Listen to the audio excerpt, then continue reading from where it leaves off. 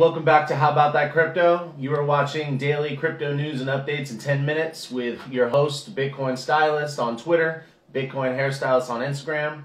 Today we're talking about Kim Kardashian and Floyd Mayweather crypto scam, Walmart going crypto, and Nike and other big brands are getting into NFTs and the Metaverse. And if you stay till the end, I'll talk about a couple of coins that I'm really excited and bullish on.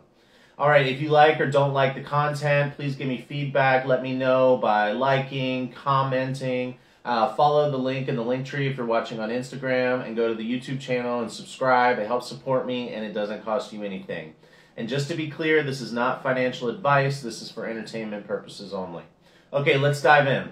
Kim K and Floyd Mayweather. All right, the Guardian reports that Kim Kardashian helped promote a coin called Ethereum Max, as well as Floyd Mayweather. So Floyd Mayweather and Kim Kardashian were promoting Ethereum Max through Instagram, which everyone knows that they have a really big following. And if you don't know, just go ahead and go over there and check them out. So the report from the Guardian talks about the FCA, which is the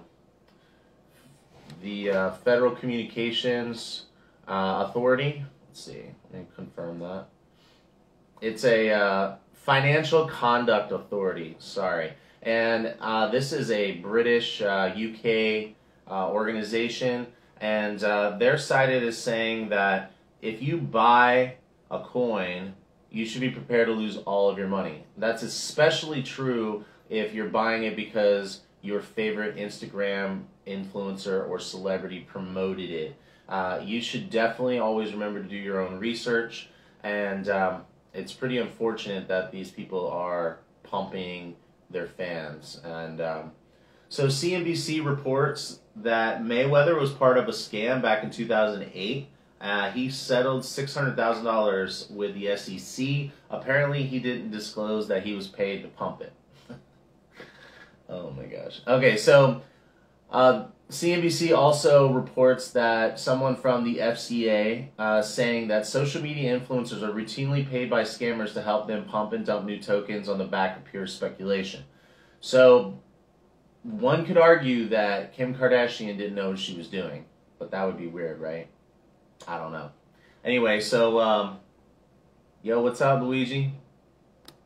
So Kim Kardashian and Mayweather are being sued in a class action lawsuit for promoting the Ethereum Max, and so I would recommend everyone pay attention to what's going on before they buy. Don't just buy because an influencer or your celebrity says so. However, we have tons of celebrities promoting cryptocurrencies all over the place, so at the end of the day, you know, you should still do your own research. Kind of like look into the project yourself, you know. There are different avenues. I can do a video on that, like how to do some research, how I do my research.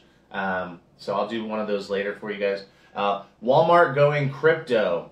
All right, so Walmart, according to CNBC, has filed multiple trademarks to create and sell virtual goods. There's a separate filing offering users virtual currency and NFTs. So the United States Patent and Trademark Office, and I'm going to leave links to all of this stuff for you all to check it out on your own, because like you don't just have to take my word for it. I'm bringing the top stories together, and I'm providing you the links, and I'm summarizing them so you can kind of jump off from here. U.S. Patent and Trademark Application 971-97301 is for virtual currency.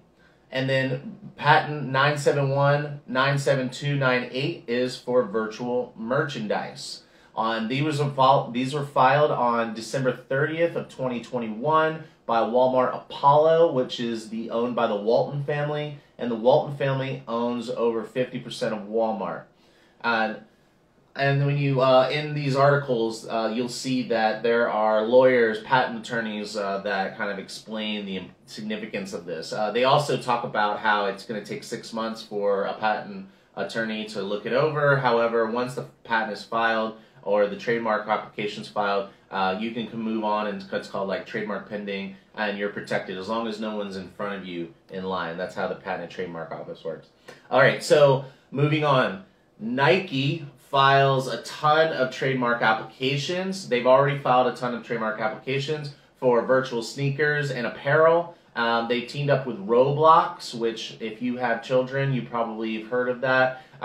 It's a game that they can play on their phone, and they can meet up with each other, with their friends. That, you know, after school you do your homework, and then you can jump on and hang out with your friends, because you probably weren't hanging out with your friends in school if you're focusing on school. But I mean, I don't know who does that, right? Okay, anyway, so they've also they're going to create Nike Land in Roblox, and they bought Artifact, which is a virtual sneaker company. So Nike's getting in big. Like, they're making big bets on the Metaverse.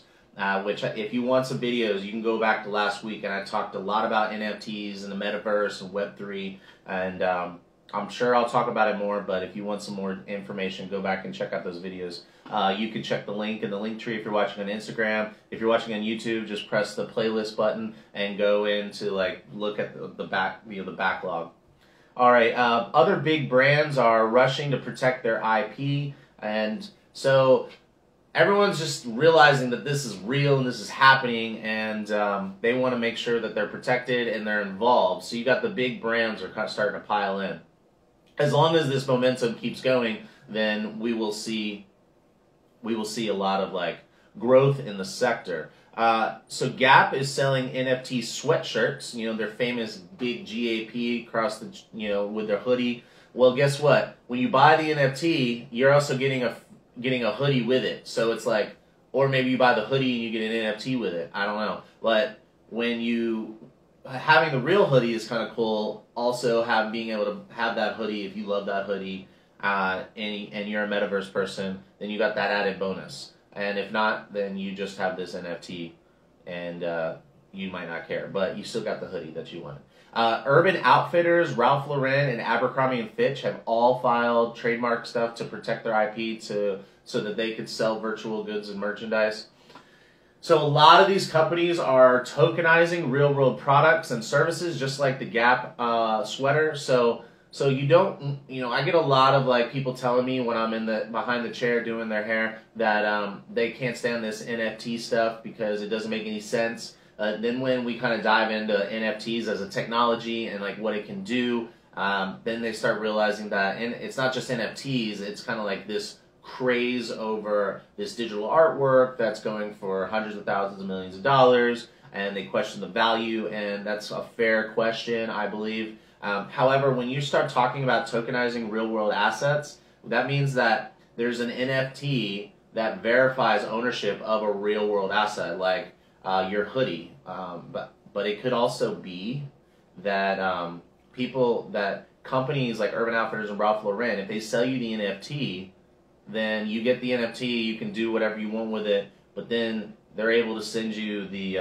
item as well, which is reducing online transaction costs, which is one of the benefits of crypto in general. So that's interesting that they're basically gonna, does that mean, it sounds like it means that they're cutting out all of the payment processing and all the banks and systems and stuff, because they can just get the money straight from the customer, they can buy the NFT, and then they can ship you the good, which, if you all don't know, I also have something like that with our logo, and but I'll leave a link to that in the tokens, because this isn't about me, this is about you. Okay, so moving on, luxury brands like Gucci and Louis Vuitton are going to be able to use NFTs to authenticate real-world goods. So something that I mentioned last week, Kevin O'Leary from Shark Tank, he did an interview where he talked about NFTs being bigger than Bitcoin. And he thinks that, you know, an insurance company can take a high-resolution scan of the dials of his, like, multi-$100,000 watches, and so he can verify that it's the real watch, and he's taking it on the bolt, and he wants insurance while he wears it or travels or whatever. So there are ways to authenticate real-world goods. Imagine if there's a way to authenticate your Louis, you know, or your Gucci. That's kind of cool too, you know, because then it's like, not only do I got the tag still on it, but I also can verify the authenticity of it in the event that I need to insure it. All right, and then so last piece, Blockworks reports that since 2020 or 2020, NFT market is valued over $40 billion US. There's no definite on Oh, and so something that's important for me to say. It's not definite that Walmart is going to get into crypto adoption of crypto or the adoption of NFTs. However, just to put into context, Walmart did between their online and real world brick and mortar stores, they sold twice as much as Amazon sold. So that's a really massive amount of money and customer base. So it's a big deal if they do, but it's not definite. And Walmart is quoted as saying, "We are testing new ideas all the time.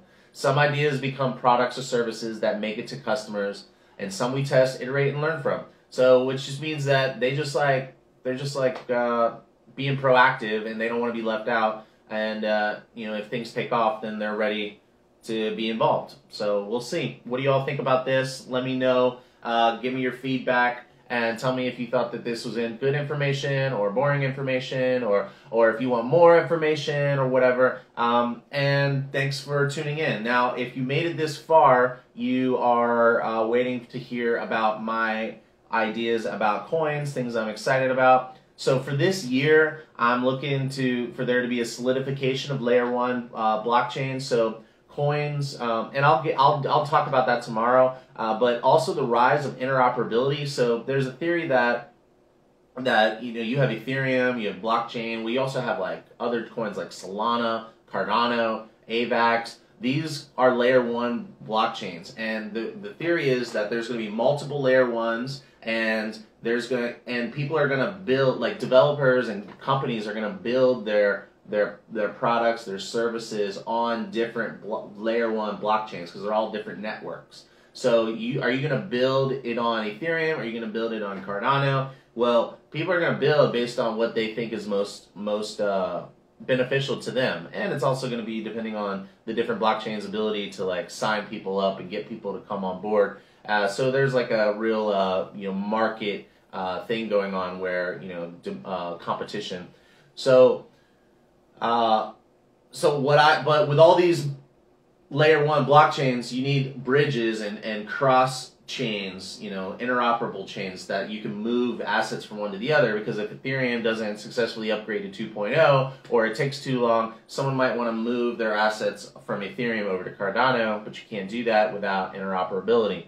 So the coins I'm looking at, there are 4 of them, and I recommend you do your own research because I am not advising you to buy them. I'm just telling you what I'm excited about. And it's Polygon Matic, Cosmos Atom, Polkadot Dot, Chainlink Link. And I'll put all those in the description below, and so you can do your own research and tell me what you like. I want to hear it. All right. Until then, please give me feedback. Please like, comment, subscribe. It helps support me when you interact with my channel. It doesn't cost you anything, and it means a lot. Until next time, I'll see you tomorrow. Hodl on.